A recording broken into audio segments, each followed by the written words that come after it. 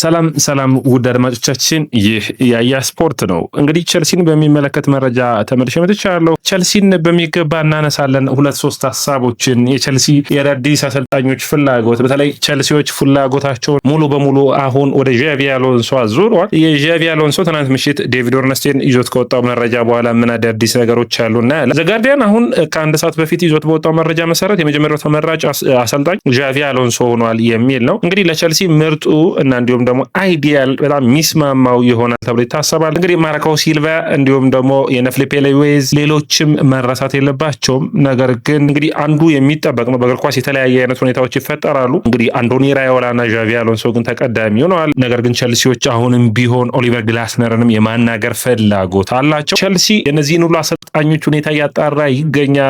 ታዲያ የመጨረሻ ውሳኔው ምን ይሆናል የሚል ነው። በቸልሲ ምርጫ መሰረት አሰልጣኞቹን ከሚመርጡት አንዱ ጉዳይ የሚሆነው ትክክለኛ አሰልጣኝ መሆናቸውን በብቃታቸውና በውጤታቸው መለየት ያስፈልጋል። ታዲያ እንግዲህ ኦሊቨር ግላስነር፣ ፊሊፔ ሌዊዝ እንዲሁም ደግሞ ዣቪ አሎንሶ፣ አንቶኒ ራዮላ፣ ማርኮ ሲልቫና ሴስክ ፋብሬጋዝ በቸልሲ ሊስትና ዝርዝር ውስጥ ያሉ ናቸው። እያንዳንዳቸውን የተሻለ ማን ይሆናል ብለን እናያለን። ከኦሊቨር ግላስነር ጀምረን በተለይ በኔ እይታ ካሉት አሰልጣኞች በልምድ በእድሜ ከፍ ያሉ በብዙ የአውሮፓ መድረኮች ላይ ልምድ ያላቸው አሰልጣኞች ውጤትን በማምጣት በጣም የሚደነቁ ናቸው። ኦሊቨር ግላስነር በክረምቱ እንግዲህ ፓላስን አምና የኤፍኤ ካፕና የኮሚኒቲ ሺልድ አሸናፊ ካደረጉት በኋላ በዚህ የውድድር ዓመት መጠናቀቂያ ደግሞ የኮንፈረንስ ሊጉን ዋንጫ ሊያሸንፍ የሚችል ነው። የተለያየ አይነት ያጮት ስታይል መምረጣቸው በቡድንና ባላቸው ገንዘብ የተሻለ ቡድንን መገንባት መቻላቸው በጣም አስደናቂ የሚያደርጋቸው ነው። እንግዲህ ሲቢ ሬድን በማሰልጠን በ2014-15 ነው የጀመሩት ኦሊቨር ግላስነር። አስደናቂ አሰልጣኝ ናቸው።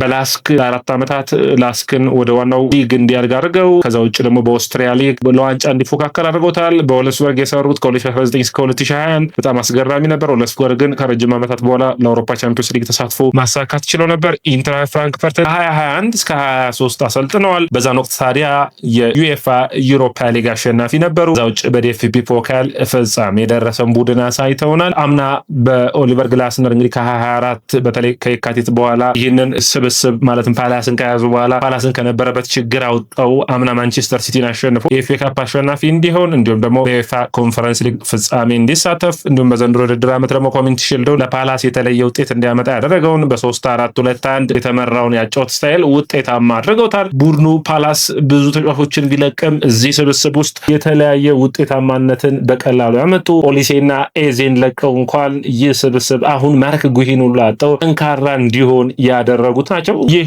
የሚደነቅ ነው ብዬ አስባለሁ። በጣም አስደናቂ አሰልጣኝ ናቸው።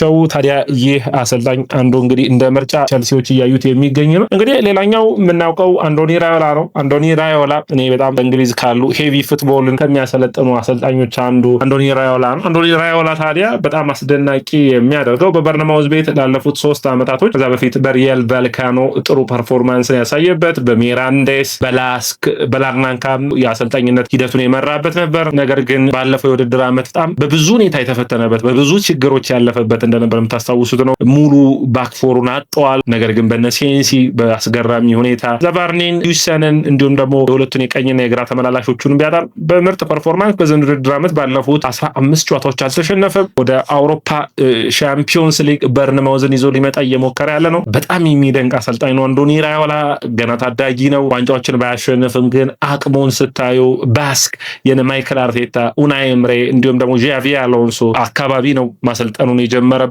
ስለዚህ የስፔናውያን አሰልጣኞች እንግዲህ ሁሌም የሚደነቁ ሆነው መረሳት የለባቸው። ሌላኛው እንግዲህ በጣም በኔታ ትክክለኛ የሚመስለኝ በብዙዎቹ በቸልሲ ደጋፊዎች ውስጥ ተፈላጊ የሆነው ዣቪ አሎንሶ ነው። ዣቪ አሎንሶን ምን ማውራት ይቻላል? አድማጮቻችን በተለይ በእግር ኳስ አስደናቂ ከሚባሉ አሰልጣኞች ውስጥ አንዱ ነው። በሪያል ማድሪድ ከ19 ዓመት በታች ቡድኑን ማሰልጠን ጀመረ። ከዛ ወደ ሪያል ሶሴዳድ አቀና። ከ2019 እስከ 2021 ድረስ በዲቪዚዮኑ ወደ ዋናው ወደ ሴጎንዳ ዲቪዥኑ ከፍ እንዲል አደረገ። የባየር ሊቨርኩሰን ነገር ግን የሚረሳ አልነበረም። ከ2022 እስከ 2025 አሰልጥኗል። በጣም ጥሩ ፐርፎርማንስን ያሳዩበት በቡንደስሊጋው ሙሉ የውድድር ዓመት በምርጥ ፐርፎርማንስ ያሸነፉበት እንደነበር የሚታስታውስ ነው። ታዲያ በነዛ ብቃቶች ውስጥ ስለ ዣቪ አሎንሶ አለማንሳት የማይቻል ነው የሚሆነው። የባየር ሊቨርኩሰን በሁለቱ ተመላላሾቹ አስደናቂ ብቃት ጥሩ ፐርፎርማንስን ያሳየ ቡድን ነበር። በግራኒት ዣካና በአንድሬ የአማካይ መስመሩ፣ ተከላካይ መስመሩ በነታ ፒሶባ የሚመራ የተከላካይ መስመር በነ ፒተር ሼ እንዲሁም ደግሞ አስገራሚ የነበረው የማጥቃት ክፍል ሁለቱን በተለይ የመስመር ተመላላሾቹን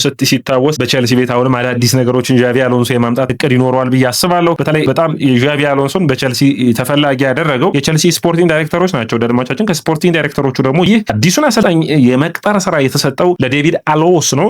ዴቪድ አሎስ በጣም ብዙዎቻችን የምናውቀው በቦልተ በሊቨርፑል ቤት ኃላፊነቱ ነው። ሲሞን ፊሊፕስ ባወጣው መረጃ መሰረት ታዲያ ዣቪ አሎንሶ ከቸልሲ ጋር ጥሩ ግንኙነቶችን አድርጓል። የመጀመሪያ የሚባለውን ንግግር በሚገባ ማከናወን ችሏል። ቡድኑን በመልሶ መገንባቱ ደረጃ የተሻለ ሁኔታዎችን መፍጠር ይፈልጋል። የመከላከሉን የግድ ማጠናከር አያስፈልግም። በተለይ ተመራጭ የሚያደርገው የ3-4-3 ያጫወት ስታይል ውስጥ የነ ኩኩሬላ የማሎ ጉስቶ ሁለቱን መስመሮች በሚገባ መሸፈን የሚያስችል ይሆኑታል። በተከላካይ መስመሩ የኤሊቫ ኮልዌል የግራ የመሀል ተከላካይ ሆኖ መሆን የሚችል ነው። ቻሎባይ ቀኝ ተመላላሽ መሆን የሚችል ነው። መሀል ተከላካይ ነው እንግዲህ የሚያስፈልገው የሚሆነው። ከዛ ውጭ ፎፋና ያንን ቦታ መሸፈን የሚችል የአማካይ መስመሩ ላይ በታክቲኩ ረገድ ለነ ኤንዞ ፈርናንዴዝ እነ ኮል ፓልመርን አቅማቸውን ብቃታቸውን ማውጣት የሚችል ታዳጊ ተጫዋቾችን በሚገባ ማውጣት የሚችል ነው። የዚህንን ቡድን ጥንካሬም ስታዩ ዣቪ አሎንሶ ባለው ሲሊንግ ወይም ደግሞ በምርጥ ፐርፎርማንሱ በአሰልጣኞችን ትልልቅ ተጫዋቾች ያለው ስብስብ ሲያጋጥም አንዳንድ አሰልጣኝ የሚሰማ መሆን አለበት። ትንሽ ለዣቪ አስቸጋሪ ያደረገበት የሪያል ማድሪድ ቆይታው ነው። ትልልቅ ተጫዋቾችን ማሳመን አልቻለም። ብዙዎቹ ትልልቅ ተጫዋቾች ያሉት የነ ጁድ ቤሊንጋም የነ ቪኒሲየስ ጁኒየር ተቃውሞ ያጋጠመው ሁሉን ነገር እኔ ላሰልጥን የሚል ሀሳብ አለው። ሁሌም የቪዲዮ ሪፈሪ ወይም ደግሞ ቪዲዮዎችን ብቻ ሲያስመለክተን ነው የሚቆይ የሚል ነው። ነገር ግን በዣቪ አሎንሶ በኩል ጥሩ ዜና ሊቨርፑል አርነ ስሎትን ይዞ ይቆያል። ስለዚህ የተሻለ ለሚሆነው የፔፕ ጋርዲዮላን መሰናበት ተከትሎ ደግሞ ዣቪ አሎንሶ እንዳይፈልጉ ማንቸስተር ሲቲ ቀደም ብሎ ቸልሲዎች መንቀሳቀስ ያለባቸው ይመስለኛል። በጣም ጥሩ የሚባል አሰልጣኝ ነው የሚወጣው። በጣም የተሻለ ሚና ይኖረዋል ብዬ አስባለሁ። ታዲያ እዚህ ጋር ሁለት ነጥቦችን ልጨምር። የፊሊፔ ሉዊዝ አንዱ እጩዎች ውስጥ ካሉ ነው። ንግግሮችን አድርጓል። ማርኮ ሲልቫም ንግግሮችን አድርጓል። ማርኮ ሲልቫ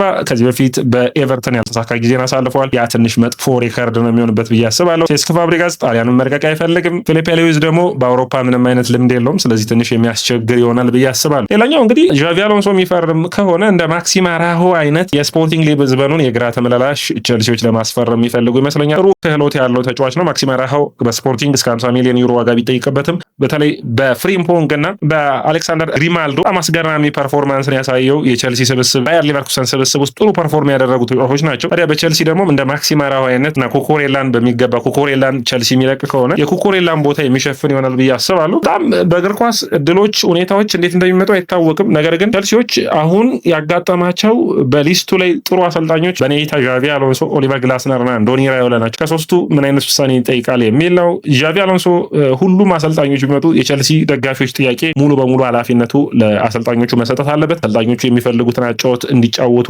ሚና ሊኖራቸው ይጠበቃል የሚል ነው። ሌላኛው እንግዲህ መነሳት የሚጠበቅበት በኔ እይታ ከዚሁ እኩል ለኩል መነሳት ከሚጠበቅባቸው ሀሳቦች አንዱ አንዶኒ ራዮላ የሚመጣ ከሆነ ብዙ ተጫዋቾች ስብስቡን መቀላቀል ይጠበቅባቸዋል። ምክንያቱም የቡድኑ ችግር መሀል የውድድር ዓመት ላይ መዳከምን ያሳያል። በጣም ከፍተኛ የሆነ ሩጫዎችን የሚያደርግ ስብስብ ስላለው ዣቪ አሎንሶ ታዳጊ ተጫዋቾችን በማጎልበት ረገድ ጥሩ ነው። ኦሊቨር ግላስነር ደግሞ ልምድ አላቸው፣ ሰሚነት አላቸው። ስለዚህ እነዚህን ሁሉ መቀበል የሚችል ነው። በእኔ እይታ እንግዲህ ኦሊቨር ግላስነር ፕሩቭን የሆኑ ናቸው። በጣም ጥሩ የሚባሉ አሰልጣኝ ናቸው። ቸልሲን የእንግሊዝ ፕሪሚየር ሊግ ዋንጫ እንዲያሸንፍ ያግዙታል ወይ ጠራጠራለሁ። ነገር ግን ውጤታማ አሰልጣኝ ናቸው ብዬ አስባለሁ። በእኔ እይታ ዣቪ አሎንሶ፣ ኦሊቨር ግላስነር እና አንዶኒ ራዮላ ሶስቱን በሊስት አስቀምጫለሁ። የእናንተን ኮሜንት አስቀምጡልኝ። ማን የቸልሲ አሰልጣኝ ቢሆን ልክ ነው ብላችሁ ታስባላችሁ? ኮሜንት መስጫ ቦክስ ላይ አስቀምጡልኝ። ይህ ያያ ስፖርት ነው። ያያ ስፖርትን ላይክ፣ ሼር፣ ኮሜንት፣ ሰብስክራይብ ማድረጋችሁን አትርሱ።